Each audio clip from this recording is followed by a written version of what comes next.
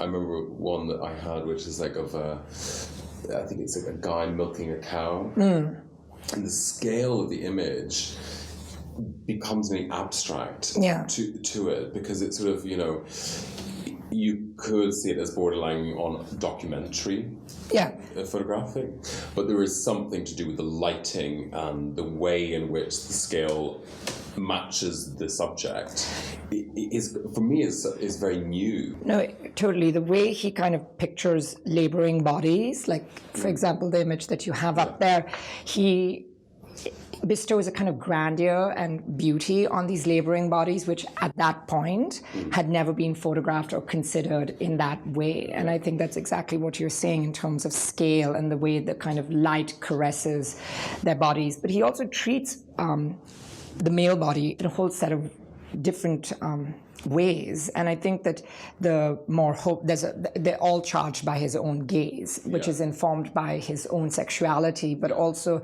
his mixed ethnicity. And I think that that's something that he was kind of working through in these photographs, which I think there is a kind of crisis of engagement with the bodies of Ceylon that one sees in these pictures. I feel that there's a conflict of desire there. There's rapture and despair at the same time, and it's remarkable to see the kind of different contexts in which the body emerges in the work. There's the documentary material, then you have the more staged pictures where he puts, you know, a body alongside a classical statue, and then you see kind of this history of representation of the male body from the classic to the modern, and then his own kind of experimental manipulated images of the male body.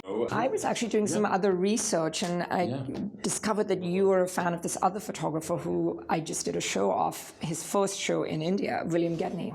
Oh yeah, I've got like, what is that? That was the first, William Gedney is the first prints I ever bought. I think he's so good and overlooked, and I think there's an interesting relation between him and Wendt because of the way they both look at the body. Yeah.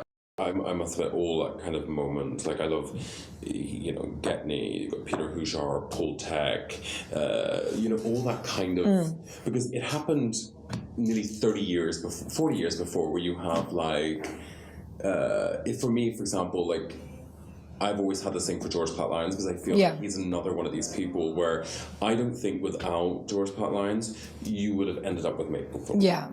It would never have happened. And I think that's the same thing with Wendt, where he really believes photography to be an art form and not just something that, you know, is part of an official language that the salon style at that time kind of put out forth. And I think that's what makes him so remarkable.